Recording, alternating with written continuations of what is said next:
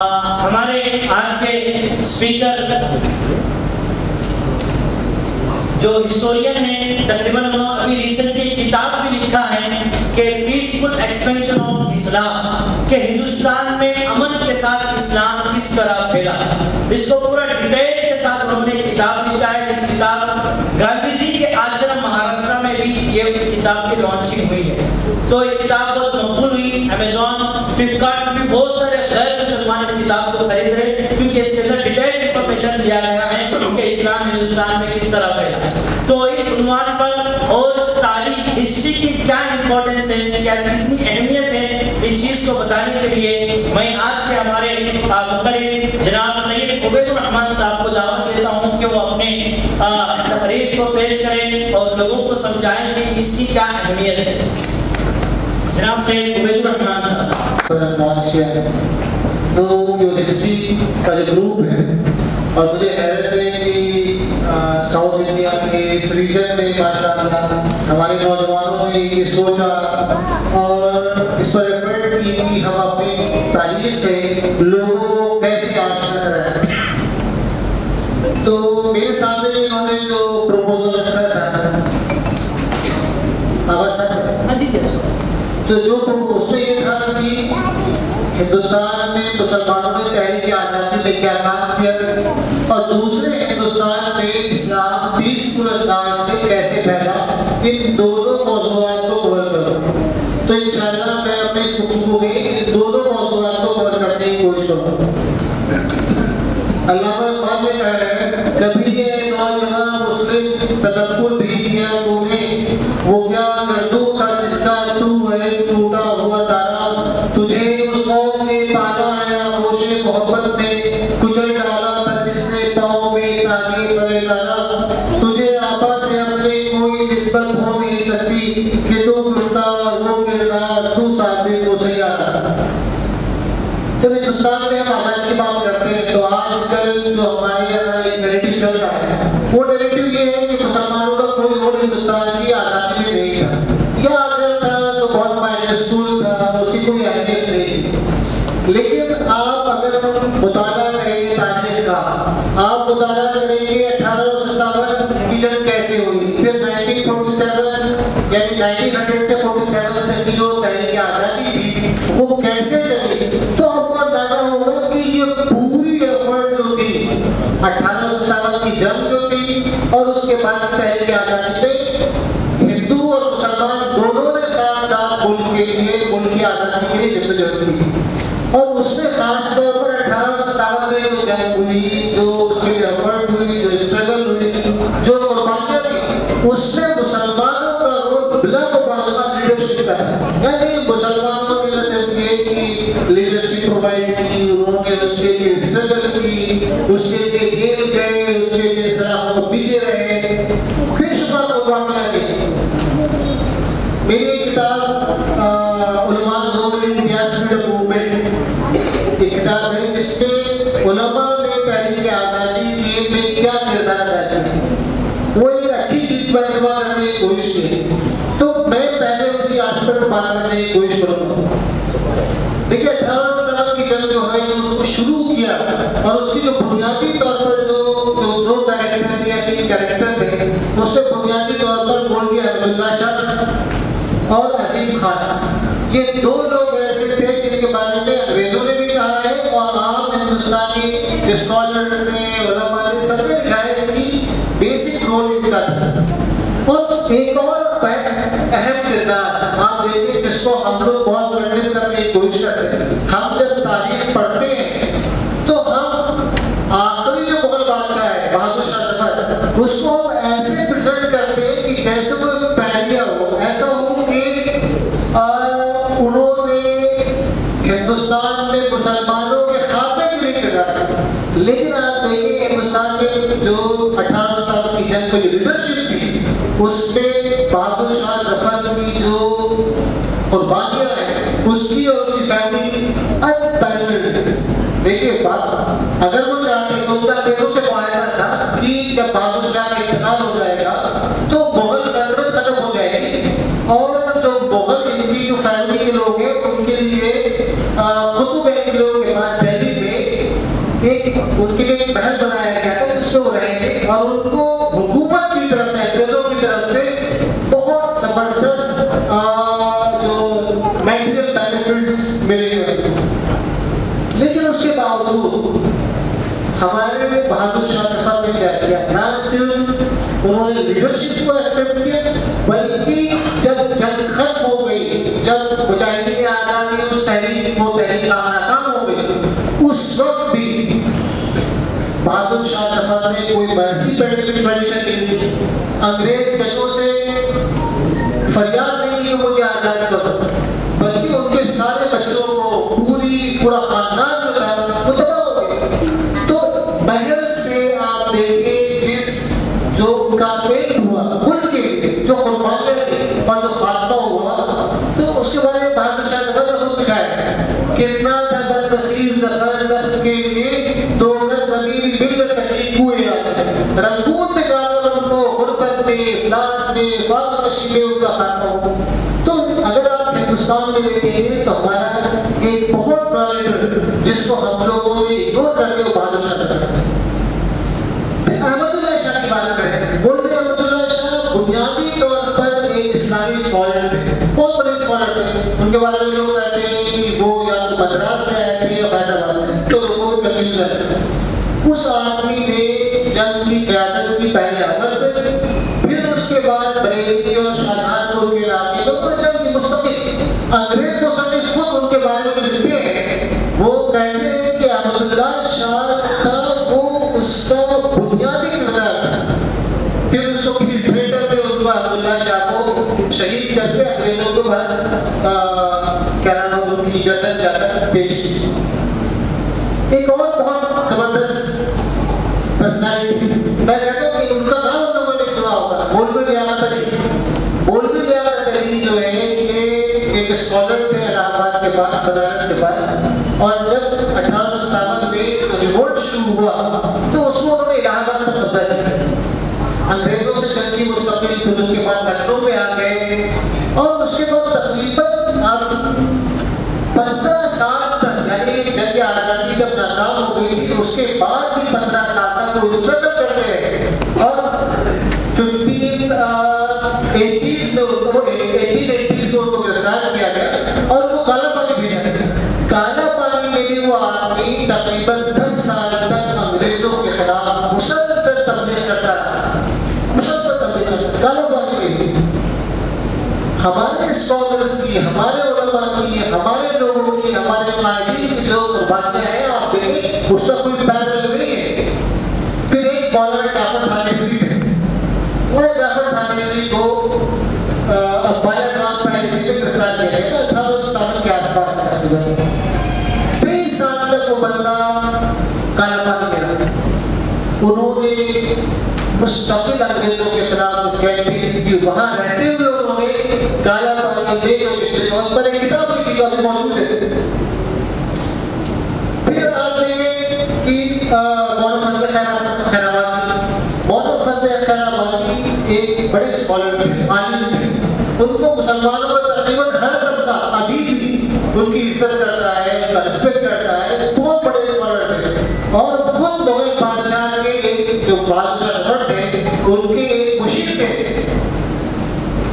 उस आदमी ने अपनी सारी जो स्टेटस था सबको तय किया स्ट्रगल में। दिल्ली में उन्होंने स्ट्रगल की, फिर जाके यूपी में स्ट्रगल की, फैसलाबाद में, लखनऊ में गिरफ्तार हुए, फिर उनको बालाबाद में उसमें काला पानी भेज दिया। तो आप देखें जो हमारे उलमा थे उनका जो किरदार था, अगर आप उसके बारे में पढ़ेंगे तो आपको अंदाजा नहीं होगा कि क्या हमारे कुर्बानियां थे। तो काला पानी में जो मुसलमानों की तादाद थी उनके हिंदुस्तान में रश से बहुत ज्यादा थी। आप लोगों ने अगर शायद शेर अली आफरीदी का नाम नहीं सुना होगा। शेर अली आफरीदी हिंदुस्तान में एक ऐसा हीरो है जिसको होना चाहिए था सबसे ऊपर और उसको कोई नहीं है। उस आदमी को 1857 के आसपास काला पानी भेज दिया आजादी के लिए उनका स्ट्रगल। उन्होंने वहां जब अंग्रेज वायसराय लॉर्ड बायो जब वहां पहुंचा तो उसको उन्होंने कत्ल कर दिया। हिंदुस्तान के अंग्रेज वायसराय को एक मुसलमान फ्रीडम फाइटर, मुसलमान तहरीक आजादी का एक सिपाही उसने कत्ल कर दिया। उसको हम लोग नहीं जानते, वो एक हमारा हीरो है। ऐसा हीरो कोई दूसरा नहीं जिसने उस लेवल के अंग्रेज ऑफिसर को, जो जालिम थे, जो मुल्क पर हमारे बतौर इक़्तिदार को हासिल किया था, उसको कत्ल किया। और हम अपने हीरो को नहीं जानते। फिर खान बहादुर खान रोहिला, फिर बरकत अली खान, तो हमारे हीरो जो बेशुमार है। देखिए अंग्रेजों में जो सबसे बड़ी अंग्रेजों की लड़ाई हुई वो बैटल ऑफ चिनार थी, जो लखनऊ के पास हुई थी।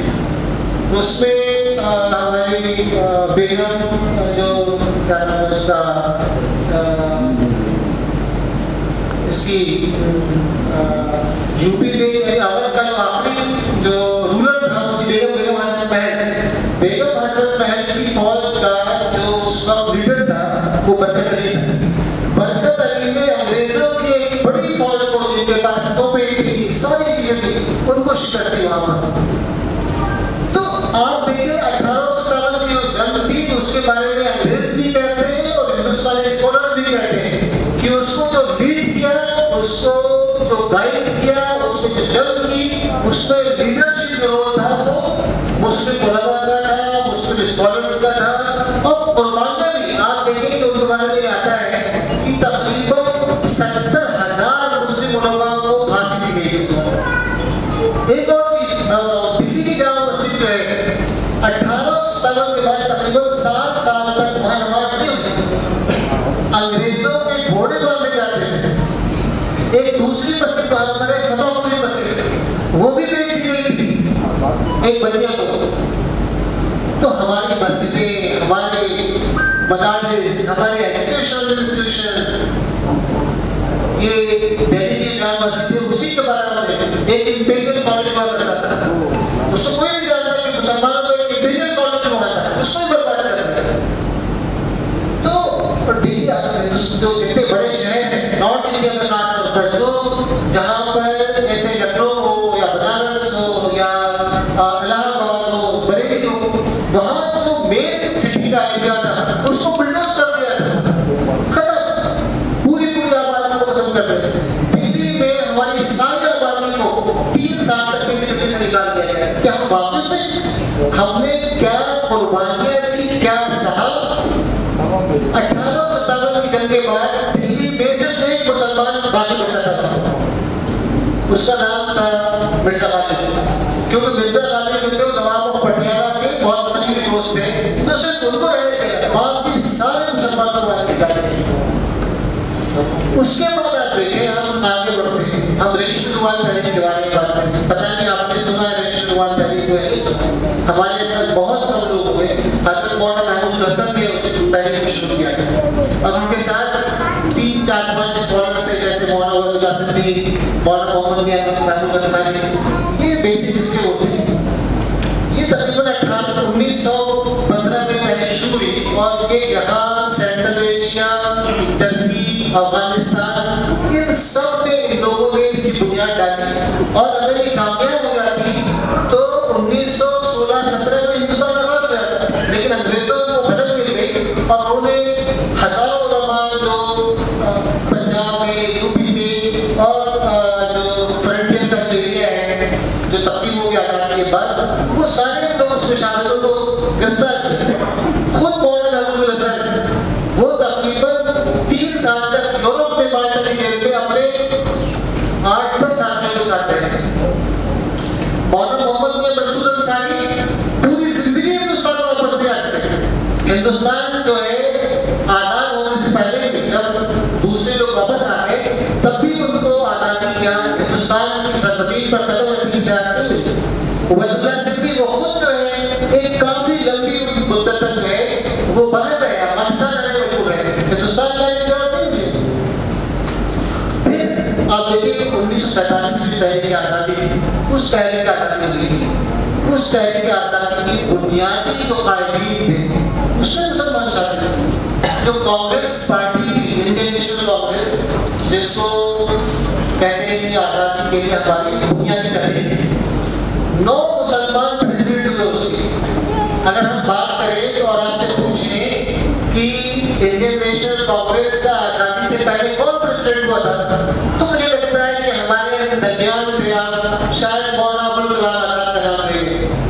9 हमारे उलमा, हमारे स्कॉलर्स, हमारे लीडर्स कांग्रेस के प्रेसिडेंट थे। मौलाना अबुल कलाम आज़ाद थे, मौलाना मोहम्मद अली जौहर थे, डॉक्टर मुख्तार अंसारी थे, हकीम अजमल खान थे। ये ऐसे लोग थे जिन्होंने बड़ी बड़ी कुर्बानियां दी। डॉक्टर साकिर हुसैन अलीगढ़ में पढ़ते थे। जब गांधी के लिए गांव का ऑपरेशन कोविड क्यों डाली कि स्कूलों से कॉलेज से बच्चों को हटा दें, तो सैकड़ों बच्चों के साथ वो अलीगढ़ मुस्लिम यूनिवर्सिटी छोड़कर उन्होंने कई यूनिवर्सिटी की बुनियाद डाली। जामिया मिल्लिया यूनिवर्सिटी, जामिया मिल्लिया इस्लामिया यूनिवर्सिटी की बुनियाद जो है वो गांधी जी की कॉल पर थी, जिसको मुसलमान स्कॉलर्स ने, मुसलमान उलमा ने कायम किया। और आज एक तनाव दरख्त है, एक बड़ी यूनिवर्सिटी भाषा है। हमारे यहाँ जो नैक की जो रैंकिंग होती है उसमें टॉप तकरीबन जो 1 2 3 यूनिवर्सिटीज होती है उसमें जामिया मिल्लिया यूनिवर्सिटी है। तो दूसरा ये है कि ये दोनों, चाहे वो 1857 की जंग आज़ादी हो या 1947, ये कोई कॉम्युनल तो नहीं थी। आप देखिए 1947 में गांधी जी और मौलाना अबुल कलाम आज़ाद, गांधी जी मोहम्मद अली जौहर, गांधी जी डॉक्टर शौकत अली, गांधी डॉक्टर मुख्तार अंसारी, ये सब एक साथ मिलकर काम करते थे, सब एक साथ करते थे। तो हमारे वो फिक्र थी नहीं। 1857 की जो भी आप देखें उसे बोलते जाकर तो थे, वो लक्ष्मीबाई को अपनी छोटी बहन कहते थे।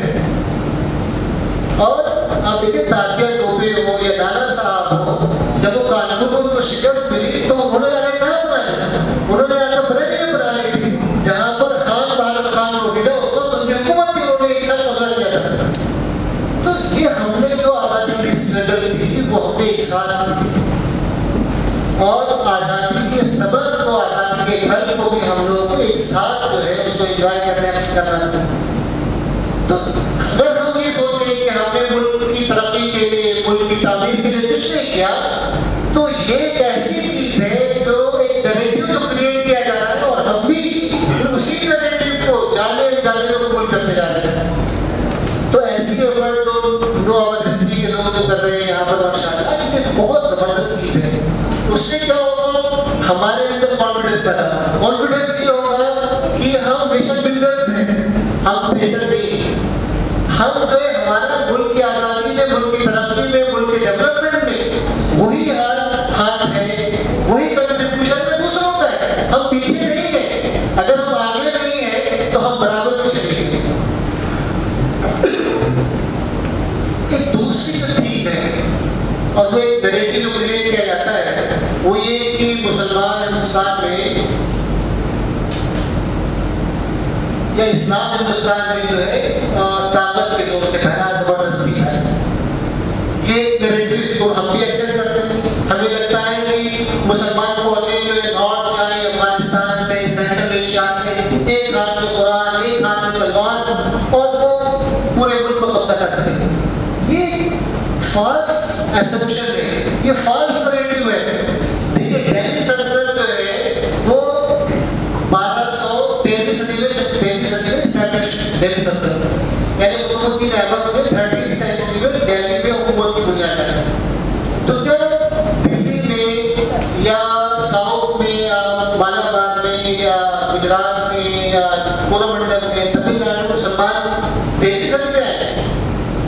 आप देखिए जो नैरेटिव उसके बरखिलाफ 7th सेंचुरी में मालाबार में, कोरोमंडल में, तमिलनाडु में, कोंकण में, गुजरात, महाराष्ट्र, सब में मुसलमानों की बड़ी तादाद है।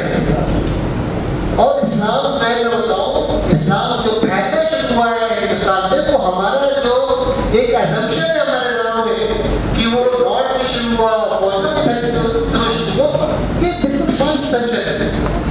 बुनियादी तौर पर ये था कि अरब के ट्रेड रिलेशंस थे हमारे सदियों इस्लाम के आमद से, रिसालत मोहम्मद के पहले से अरब जो है वो ट्रेड रिलेशंस थे उनके हिंदुस्तान से, चीन से, देश क्या चले और मुस्तकिल आया करते थे हम। तो जब इस्लाम आया, अल्लाह ने उस असल तशरीफ लाए, वैसा तो आपकी नबूवत मिली, तो उसके बाद जब अरब मुसलमान हुए तो जो ताजिर आया करते थे, तो पहले जो आम ताजिर थे वो मुसलमान ताजिर हैं, वो यहाँ आ गए। उनके किरदार में जो जबरदस्त तब्दीली हुई, उस तब्दीली के नतीजे में लोगों ने फील किया, यानी इंडिया में आ रहे हैं, गुजरात आ रहे हैं, तमिलनाडु आ रहे हैं, वो मालाबार आ रहे हैं, केरला आ रहे हैं, तो लोगों ने फील किया कि भाई इनकी पर्सनालिटी पहले थी अब दूसरी हो गई, क्यों हो गई। दूसरी और चीज बहुत अहम चीज है कि मालाबार में एक बादशाह हुआ करता था चेरामन बैरमल। बादशाह कहते हैं कि वो उसने शक्ल कमर का वाकया देखा, यानी जब चांद गोल पूरे हो गया था तो उसने उसको देखा और वो उसी का मुसलमान हो गया और फिर मक्का गया और इस्लाम कबूल किया। लेकिन एक बहुत बड़े स्कॉलर गुजरे हैं केरला के 16वीं सेंचुरी में, शेख चौधरी मखदूम, वो कहते हैं कि शायद ये उस जमाने में नहीं हुआ, लेकिन लेट 7वीं सेंचुरी में जो मुस्लिम जो यहाँ मशाइख आते थे, मुसलमान सूफिया आते थे, उनके साथ उनसे उनकी मुलाकात चेरामन बैरमल की, और उस मुलाकात के नतीजे में चेरामन बैरमल इतना इंप्रेस हुआ कि वो कन्वर्ट हो गया, मुसलमान हो गया, और फिर वो वहाँ अरब गया। उसने अपनी सल्तनत जो है 6 हिस्सों में तकसीम कर दी और खुद अरब गया। वही उसका इंतकाल हो गया। इंतकाल से पहले उसने प्लान किया था कि मैं दोबारा केरला वापस जाऊंगा और इस दीन को जिसको मैंने कबूल किया, जिसको अपना हिस्सा बनाया, उसको लोगों के सामने पेश करूंगा। तो उसने जब उसका इंतकाल होने लगा तो उसके मलिक बिन दीनार और उनके जो साथी थे जो उनके साथ अरब गए थे, उनसे कहा कि मेरे खत लेकर जाओ और उसको जो है इस दीन को वहाँ भेजो। तो वो लोग आए, उन्होंने मसाजिद कायम की, खानकाह कायम की। एक तो ये, दूसरा एक और ये है कि अरब जो थे वो बड़े ताजिर थे। ताजिर का मतलब दुकानदार नहीं, वो मल्टीनेशनल कंपनी जो आज हुआ करती थी, क्योंकि अरब तो जहाज जो फ्लीट आया करते थे, जहाजों के जो जहाज की फ्लीट आया करते थे, तो मल्टीनेशनल कंपनी सिर्फ जमाने की, तो रिसोर्सफुल लोग थे। उनके उस वक्त बादशाह ने ज़बूर में, ये मैं नहीं कह रहा हूँ, ये तकरीबन हर किताब में लिखा हुआ कह रहा है कि ज़बूर ने खुद ऑर्डर किया कि उनकी फिशिंग कम्युनिटीज की हर फैमिली के कुछ लोग मुसलमान हो। बहुत मुश्किल फिर आपस में इंप्रेशन पड़ा। उसकी वजह से एक और चीज आती है केरला के बारे में, दुनिया में जो सल्तनतें बनती हैं वो पावर से बनती है, ताकत के जोर से बनती है। केरला में सल्तनत के मुसलमानों की अरक्कल सल्तनत, अरक्कल सल्तनत आप अगर तारीख की किताब पढ़ेंगे तो उसमें तकरीबन 800 साल तक की सल्तनत कायम रही कन्नूर के इलाके में। तो वो सल्तनत जो मुसलमानों ने कोई जंग करके हासिल नहीं की थी। एक अरब ताजिर से हिंदू बादशाह की शहजादी को क्या नाम है उसकी शादी हो, तो उस बादशाह ने एक जो सल्तनत थी उसको तोहफे में दी थी जहेज में। हिंदुस्तान में पहली जो सल्तनत आप देखें पुरअमन तरीके से नहीं बनी तो अरब की सल्तनत थी। और फिर ज़मोरिन जो मालाबार का बादशाह था, उसके मुसलमानों से रिलेशन हमेशा बहुत अच्छे रहे, उसके लिए ऐसे साथ करते थे। फिर आप एक और दूसरी चीज देखें, मुसलमान नॉर्थ में आए 30वीं सेंचुरी में। तमिलनाडु में पांड्या किंगडम जो मदुरई थी, मदुरई में पांड्या किंगडम थी, उसका प्राइम मिनिस्टर तकियुद्दीन 12वीं सेंचुरी में प्राइम मिनिस्टर था, मुसलमान था। दिल्ली में मुसलमानों की सरहद कायम हुई कब? 30वीं सेंचुरी में। 10वीं सेंचुरी में गोवा के 2 गवर्नर मुसलमान थे, कोलकाता में 10 गवर्नर मुसलमान थे। फिर मसूदी जो एक बहुत मशहूर ट्रैवलर है और ऑथर है, उसने अपनी किताब में, वो 8वीं सेंचुरी में हिंदुस्तान में आया था, वो बहुत मशहूर राइटर है, यानी सिर्फ मैं ही उसके बारे में बात कर रहा हूँ, हिंदुस्तान की तारीख कोई भी लिखता है तो उसमें जरूर उसके बारे में लिखता है।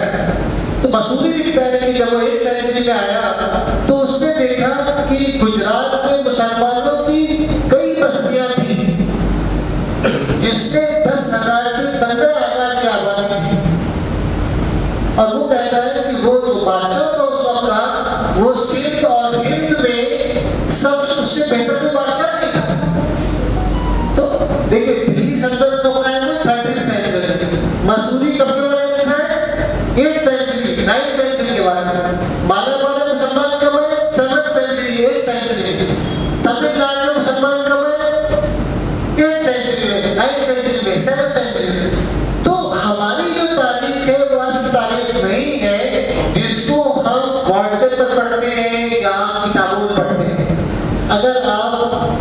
उसको ठीक करेंगे, उसको उसके बारे में थोड़ा रिसर्च करने की कोशिश करेंगे तो आपको अंदाजा होगा कि एक तो ये कि मुसलमान तो जान के जरिए से इस्लाम आए, दूसरे हिंदुस्तान में जो इस्लाम फैला है बाई अंदाज वो हमारे सूफिया कराम के एफर्ट से फैला है।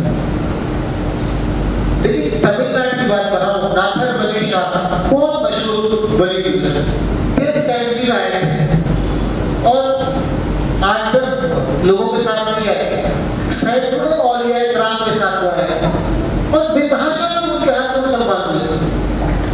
फिर कश्मीर की बात होती है तो हम समझते हैं कश्मीर में इस्लाम जो है वो फौज के जरिए से फैला होगा, लेकिन कश्मीर में कभी भी मुस्लिम फौज कामयाब नहीं हुई। मुस्लिम फौज जब अकबर के ज़माने में वहां गई तो वहां उसका सामना किसी हिंदू फौज से नहीं हुआ, मुसलमान फौज से हुआ कश्मीर के, क्योंकि सुल्तान मुसलमान थे। 14th सेंचुरी में कश्मीर का एक बादशाह था रिंचन शाह। रिंचन शाह जिसका नाम बाद में सदरुद्दीन शाह रखा गया, तारीख उसको सदरुद्दीन शाह के नाम से जानती है। सदरुद्दीन शाह जो है वो बुलबुल शाह सूफी थे, उनके हाथ पर मुसलमान हुए। बादशाह किसके हाथ में मुसलमान हुए? सूफी के हाथ में। हम शायद बुलबुल शाह का नाम भी लिया। तो ये धारणा, ये सोच, ये फिक्र के इस्लाम जो है ताकत के उसूल है। ताकत मतलब महमूद गजनी ने हमला करने की कोशिश की कश्मीर पर, कामयाब नहीं हुए। कैसे इस्लाम फैला?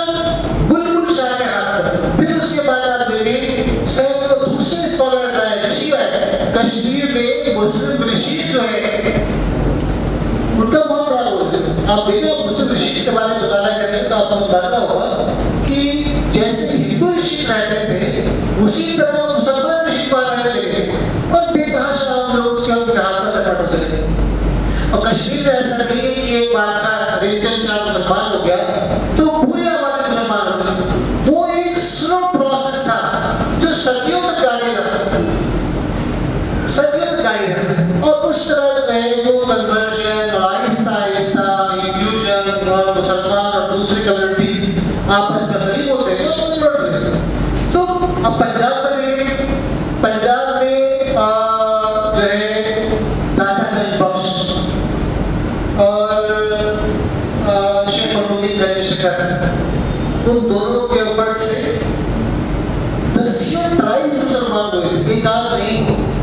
और हिंदुस्तान में बताना क्या है, हिंदुस्तान में हम लोग समझते हैं कि हमारे बादशाहों में कन्वर्जन की कोशिश की, तो मास स्केल कन्वर्जन हमारे नहीं मिलता, किसी कहीं नहीं मिलता कि किसी बादशाह ने जबरदस्ती कन्वर्ट करके लोगों को मुसलमान बना दिया, पता ही नहीं होता। बल्कि यहाँ बात एफर्ट्स ऐसी हुई बादशाहों की तरफ कि कन्वर्जन ना हो जाता। सूफिया कराम की कोशिशों से ये हमारे यहाँ कन्वर्जन हुआ, मुसलमान हुए आहिस्ता आहिस्ता।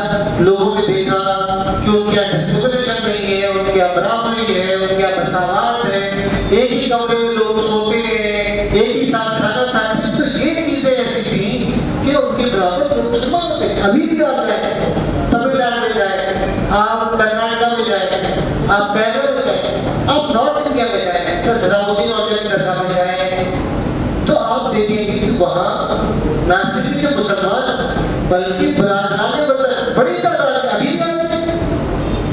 भाई एक बहुत मशहूर प्लेबैक सिंगर है ए आर रहमान मुसलमान हुए, उनको भाई तो कंट्रोल फोर्स समझ नहीं था, वो भी एक सूफी के दरगाह पर गए, उनकी बात आ गई थी उसी इंप्रेशन के साथ। तो जो एक पुरानी ट्रेडिशन हमारे यहाँ है सूफिया कराम की, वो अभी भी उसका असर है।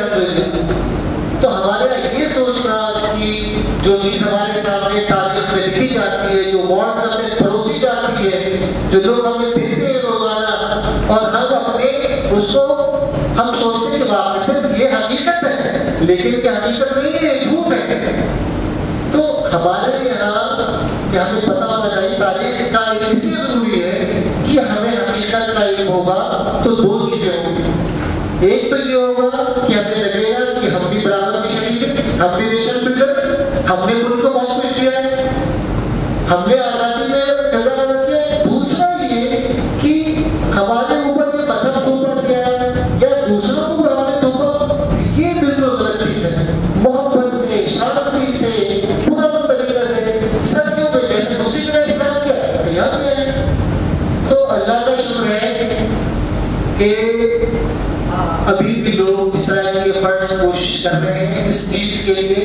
तो मैं मुबारकबाद दूंगा हमारे लोग जो डिस्ट्रिक्ट की जो टीम है पूरी, उन्होंने एक जबरदस्त काम किया माशाल्लाह। इस काम को जारी रहना चाहिए और यहाँ की स्टेट के दूसरे शहरों में भी हमारी एफर्ट होनी चाहिए कि हम कैसे इस काम को और बेहतर अंदाज से करें। इसके ऊपर डॉक्यूमेंट्रीज होनी चाहिए, फिल्म होनी चाहिए, फिर छोटे छोटे प्रोग्राम होने चाहिए। हम जो है नुक्कड़ जो है वो सभा कर सकते हैं, छोटे छोटे नाटक कर सकते हैं, फिर स्कूलों में इसको हम रिप्ले कर सकते हैं। फिर दूसरे हमारे जो बड़े जो लोगों ने कुर्बानियाँ दी हैं, जो हमारे हीरोज हैं, जो उनकी बर्थडेज हैं, हम उनको सेलिब्रेट कर सकते हैं अपने स्कूलों में। बच्चों को हम प्राइज दे सकते हैं उन दिनों में, और उनको ऐसा करें कि ये वंस इन वाइल नहीं हो बल्कि रेगुलर हमारी जिंदगी का हिस्सा हो जाए, ताकि जो हमारी नई जनरेशन आ रही है उसको ये एहसास हो कि वाकई ये सच्चाई है और हम एक कॉन्फिडेंस से हम बोल सकें। तो मुबारकबाद को मुस्तैद हैं आप लोग, और मैं अपनी बात खत्म करता हूँ। बहुत शुक्रिया। स्कॉलर्स का था और कुर्बान का भी आप देखेंगे तो उनके बारे में आता है कि तकरीबन 70,000 मुस्लिम उलमाओं को फांसी दी गई है। एक और चीज, दिल्ली की जामा मस्जिद जो है 18 साल के बाद तकरीबन 7 साल तक वहाँ नमाज नहीं होती। अंग्रेजों के घोड़े बांधे जाते थे। एक दूसरी मस्जिद का फतेहपुरी मस्जिद, वो भी बेच दी गई थी एक बनिया को। तो हमारी मस्जिदें, हमारे मदारिस, हमारे एजुकेशनल इंस्टीट्यूशंस, ये दिल्ली की जामा मस्जिद उसी के बारे में एक इंपीरियल कॉलेज हुआ करता था। उसको कोई नहीं जानता कि मुसलमानों को एक इंपीरियल कॉलेज वहाँ था, उसको ही बर्बाद कर दिया। तो दिल्ली जो जितने बड़े शहर हैं नॉर्थ इंडिया में खासतौर पर, जो जहाँ पर ऐसे लखनऊ हो या बनारस हो या इलाहाबाद हो, बरेली हो, वहाँ जो मेन सिटी का एरिया था उसको बुलडोज कर दिया था, खत्म, पूरी आबादी को खत्म कर दिया। दिल्ली में हमारी सारी आबादी को 3 साल तक की दिल्ली से निकाल दिया गया। क्या हम वापस थे? हमने क्या कुर्बानियाँ दी, क्या सहा? 1857 की जंग के बाद दिल्ली में सिर्फ एक मुसलमान बाकी बचा था, उसका नाम था मिर्जा गालिब। क्योंकि मिर्जा गालिब जो नवाब ऑफ पटियाला के बहुत करीबी दोस्त थे, तो सिर्फ उनको रहने दिया, बाकी सारे मुसलमानों को आगे निकाल दिया। उसके बाद आप देखें, हम आगे बढ़ते हैं, हम रेशम रुमाल तहरीक के बारे में बात करें। पता नहीं आपने सुना है रेशम रुमाल तहरीक को? नहीं सुना। हमारे अंदर बहुत कम लोग हुए। हज़रत मौलाना महमूद हसन ने उस तहरीक को शुरू किया और उनके साथ 3-4-5 स्कॉलर्स थे, जैसे मौलाना वलीउल्लाह सिद्दीक, मौलाना मोहम्मद मियां महमूद अंसारी। ये बेसिक इसके होते हैं। ये तकरीबन 1915 में पहले शुरू हुई और ये यहाँ सेंट्रल एशिया, टर्की, अफगानिस्तान, इन सब में इन लोगों ने इसकी बुनियाद डाली। और अगर ये कामयाब हो जाती तो 1916-17 में हिंदुस्तान आजाद हो जाता, लेकिन अंग्रेजों को मदद मिल गई और उन्होंने हजारों उलमा जो पंजाब में, यूपी में और जो फ्रंटियर का एरिया है जो तकसीम हो गया आजादी के बाद, वो सारे लोग उसमें शामिल को गिरफ्तार किए। खुद मौलाना महमूद हसन वो तकरीबन 3 साल तक यूरोप में माल्टा की जेल में अपने 8-10 साथियों के साथ रहे थे। मौलाना मोहम्मद मियां मंसूर अंसारी पूरी जिंदगी हिंदुस्तान में वापस नहीं आ सके। हिंदुस्तान जो है आजाद होने से पहले भी जब दूसरे लोग वापस आ गए तब भी उनको आजादी क्या हिंदुस्तान की सरजमीन पर कदम रखने की इजाजत नहीं मिली। वलीउल्लाह सिद्दीक वो खुद जो है एक काफी लंबी मुद्दत तक जो है वो बाहर रहे, अफगानिस्तान रहने मजबूर रहे, हिंदुस्तान का इजाजत नहीं मिली। फिर आप देखिए 1947 की तहरीक आज़ादी थी, उस तहरीक आज़ादी हुई, उस तहरीक आज़ादी की बुनियादी जो कायदीन थे उसमें मुसलमान शामिल थे।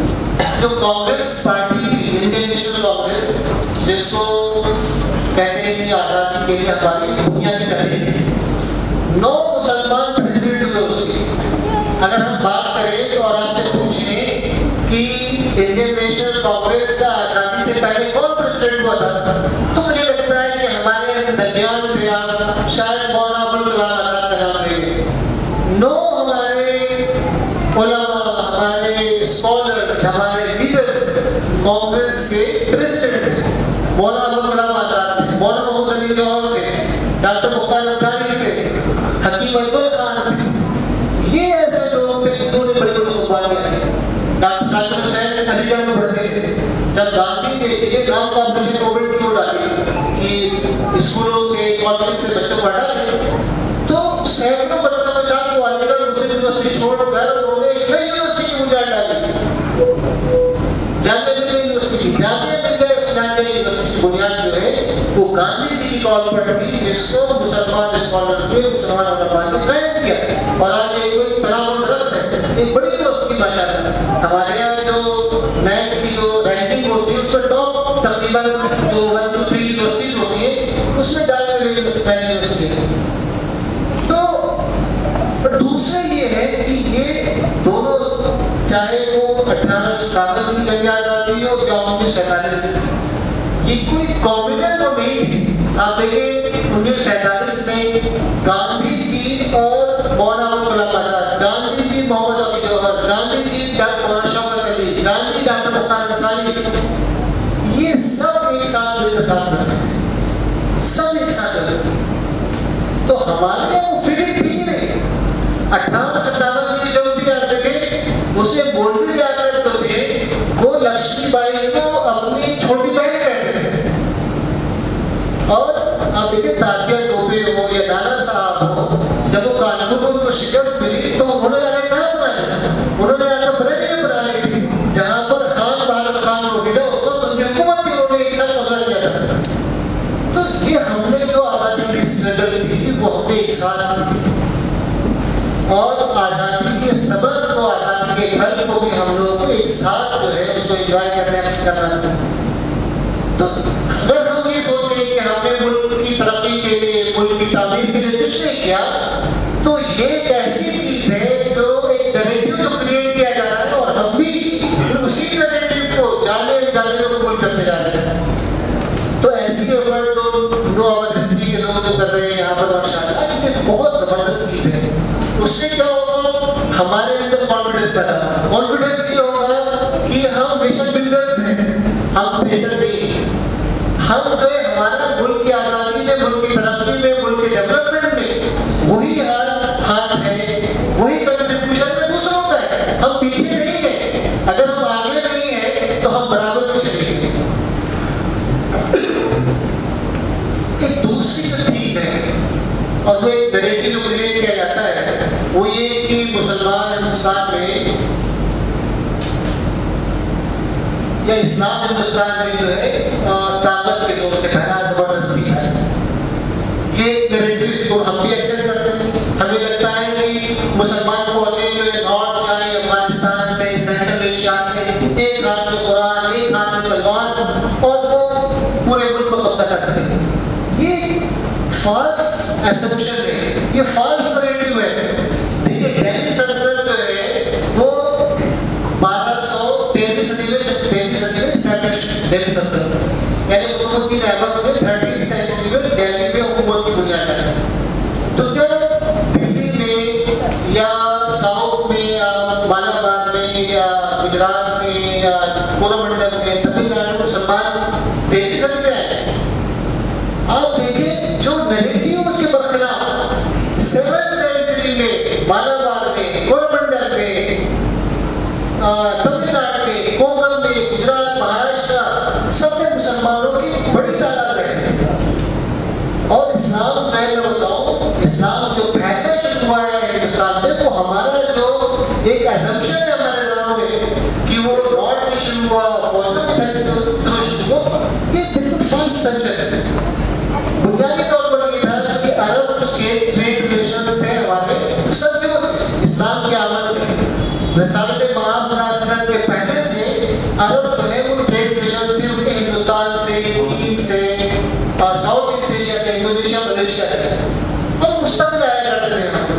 तो जब इस्लाम आया, जब उस असम तशरीफ लाए, बैसत हुई, आपकी नबूवत मिली, तो उसके बाद जब अरब मुसलमान हुए, तो जो ताजिर आया करते थे, जो पहले इमाम ताजिर थे, वो मुसलमान ताजिर हैं, वो यहाँ आ गए। उनके किरदार में जो जबरदस्त तब्दीली हुई, उस तब्दीली के नतीजे में लोगों ने यानी इंडिया में आ रहे हैं, गुजरात आ रहे हैं, तमिलनाडु आ रहे हैं, वो मालाबार आ रहे हैं, केरला आ रहे हैं, तो लोगों ने फील किया कि भाई इनकी पर्सनालिटी पहले थी और दूसरी हो गई, क्यों हो गई? दूसरी एक और चीज बहुत अहम चीज है कि मालाबार में एक बादशाह हुआ करता था, चेरामन बेगम। बादशाह कहते हैं कि वो उसने शक्ल कमर का वाकया देखा, यानी जब चांद दो टुकड़े हो गया था तो उसने उसको देखा और वो उसी वक्त मुसलमान हो गया और फिर मक्का गया और इस्लाम कबूल किया। लेकिन एक बहुत बड़े स्कॉलर गुजरे हैं केरला के 16वीं सेंचुरी में, शेख चौधरी मखदूम, वो कहते हैं कि शायद ये उस जमाने में नहीं हुआ, लेकिन लेट 7th सेंचुरी में जो मुस्लिम जो यहाँ मशाइख आते थे, मुसलमान सूफिया आते थे, उनके साथ उनसे उनकी मुलाकात चेयरमैन पैलवल की, और उस मुलाकात के नतीजे चेयरमैन पैलवल इतना इम्प्रेस हुआ कि वो कन्वर्ट हो गया, मुसलमान हो गया और फिर वो वहाँ अरब गया। उसने अपनी सल्तनत जो है 6 हिस्सों में तकसीम कर दी और खुद अरब गया।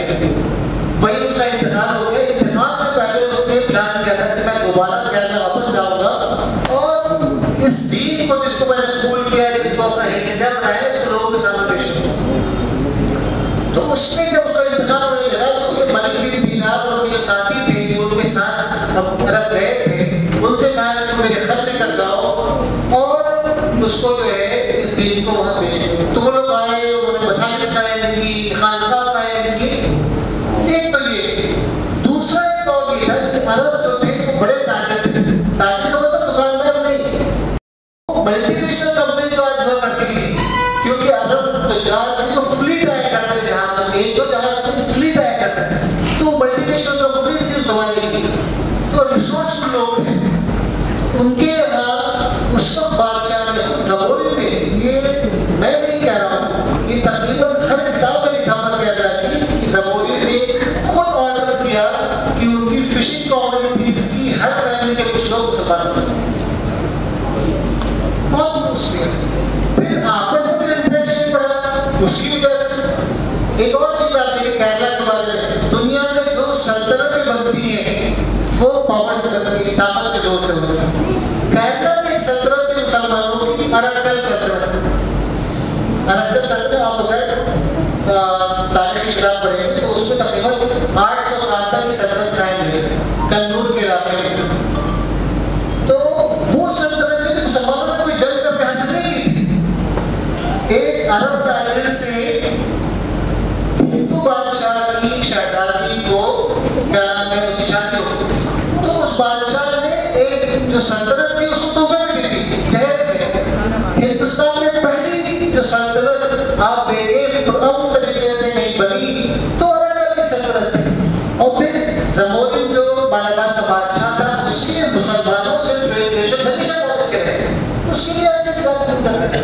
फिर आप एक और दूसरी चीज देखें, मुसलमान नॉर्थ में आए 30वीं सेंचुरी में। तमिलनाडु में पांड्या किंगडम जो मदुरई थी, मदुरई में पांड्या किंगडम थी, उसका प्राइम मिनिस्टर तकियुद्दीन 12th सेंचुरी में प्राइम मिनिस्टर था, मुसलमान था। दिल्ली में मुसलमानों की सरहद कायम हुई कब? 30th सेंचुरी में। 10th सेंचुरी में गोवा के 2 गवर्नर मुसलमान थे, कोलकाता में 2 गवर्नर मुसलमान थे। फिर मसूदी जो एक बहुत मशहूर ट्रैवलर है और ऑथर है, उसने अपनी किताब में जो 8th सेंचुरी में हिंदुस्तान में आया था, वो बहुत मशहूर राइटर है। यानी सिर्फ मैं ही उसके बारे में बात कर रहा हूँ, हिंदुस्तान की तारीख कोई भी लिखता है तो उसमें जरूर उसके बारे में लिखता है। तो मसूदी लिखता है कि जब वो 8th सेंचुरी में आया तो उसने देखा कि गुजरात में मुसलमानों की कई बस्तियां थी जिसमें 10,000 से 15,000 की आबादी थी। और वो कहता है कि वो जो बादशाह था उस वक्त का, वो सिंध और हिंद में सब उससे बेहतर कोई बादशाह नहीं था।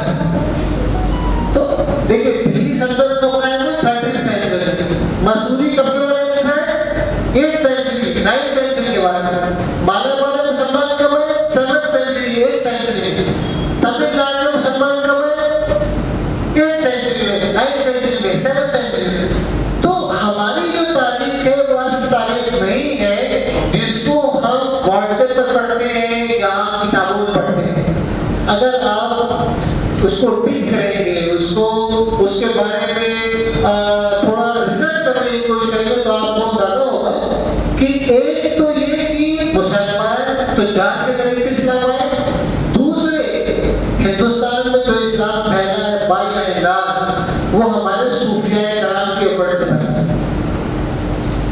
लेकिन तमिलनाडु की बात कर रहा हूँ, नाथर बली शाह बहुत मशहूर बली गुजर, 5th सेंचुरी में आए थे और 8-10 लोगों के साथ नहीं आए, सैकड़ों औलिया किराम के साथ हुआ है और बेतहाशा लोगों के हाथ में मुसलमान हुए।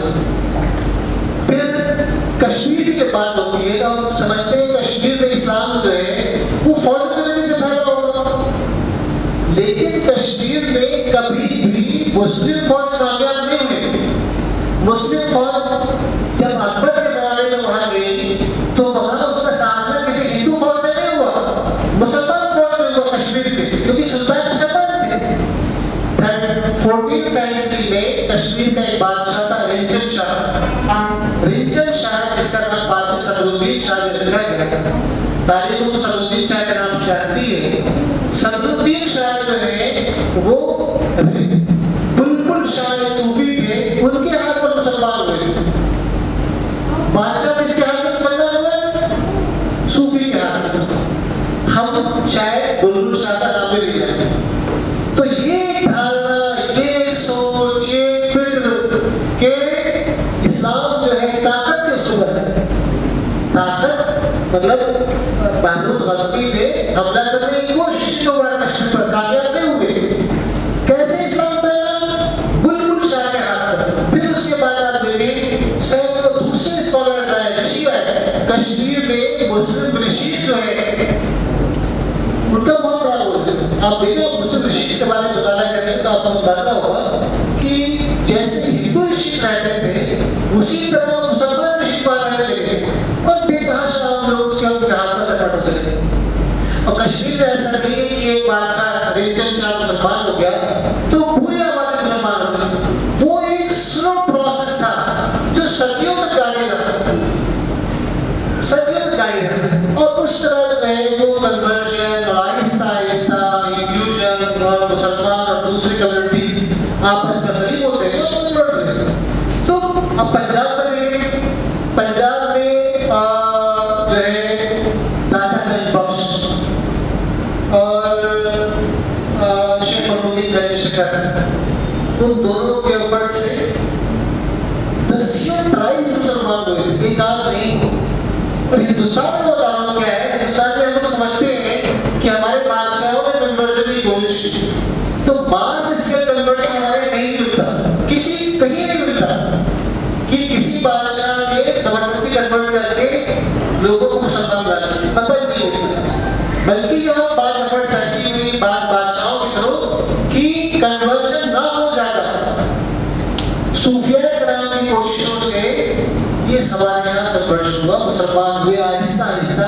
लोगों ने देखा कि उनके यहाँ डिस्क्रिमिनेशन नहीं है, उनके यहाँ बराबरी है, उनके यहाँ मसावत है, एक ही कमरे में लोग सोते हैं, एक ही साथ खाना खाते हैं। तो ये चीजें ऐसी थी कि उनके बराबर लोग मुसलमान होते हैं। अभी भी आप जाए तमिलनाडु में जाए, आप कर्नाटक में जाए, आप केरल में जाए, आप नॉर्थ इंडिया में जाए, निजामुद्दीन औलिया की दरगाह में जाए, तो आप देखेंगे कि वहाँ ना सिर्फ के मुसलमान बल्कि बरादराने बड़ी तादाद अभी भी आते हैं। भाई एक बहुत मशहूर प्लेबैक सिंगर है ए.आर. रहमान मुसलमान हुए, उनको भाई तो फोर्स कन्वर्जन नहीं था, वो भी एक सूफी के दरगाह पर गए, उनकी बात आ गई थी, उसी ट्रेडिशन में मुसलमान। तो जो एक पुरानी ट्रेडिशन हमारे यहाँ है सूफिया कराम की, वो अभी भी उसका असर है। तो हमारे ये सोचना कि जो चीज़ हमारे सामने तारीख में लिखी जाती है, जो मॉडल में परोसी जाती है, जो लोग हमें देते हैं रोजाना, और हम अपने उसको हम सोचते हैं कि वाकई ये हकीकत है, लेकिन क्या हकीकत नहीं है, झूठ है। तो हमारे यहाँ हमें पता होना चाहिए तारीख का इसलिए जरूरी है कि हमें हकीकत का इल्म होगा तो दो चीजें होंगी। एक तो ये होगा कि हमें लगेगा कि हम भी बराबर की शरीक है, हम भी नेशन बिल्डर, हमने मुल्क को बहुत कुछ दिया है, हमने आजादी में किरदार अदा किया है। दूसरा ये कि हमारे ऊपर ये मजहब थोपा गया या दूसरों को बराबर थोपा, ये बिल्कुल गलत चीज है। मोहब्बत से, शांति से, पुराने तरीके से, सदियों में जैसे दूसरी जगह इस्लाम किया सही है। तो अल्लाह का शुक्र है कि अभी भी लोग एफर्ट्स कोशिश कर रहे हैं इस चीज के लिए।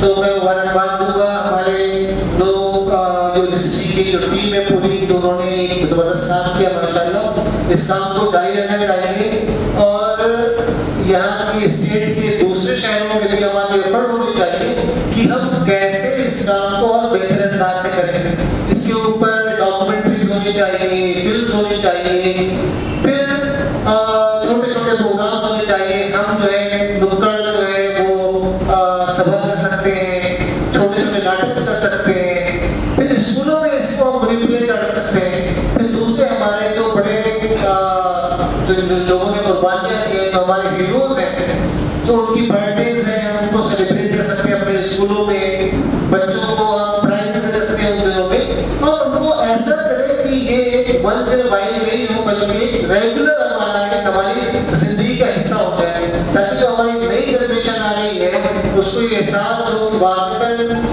ये सच्चाई है और हम एक कॉन्फिडेंस से हम बोल सकें। तो मुबारकबाद को मुस्तैद हैं आप लोग, और मैं अपनी बात खत्म करता हूँ। बहुत शुक्रिया।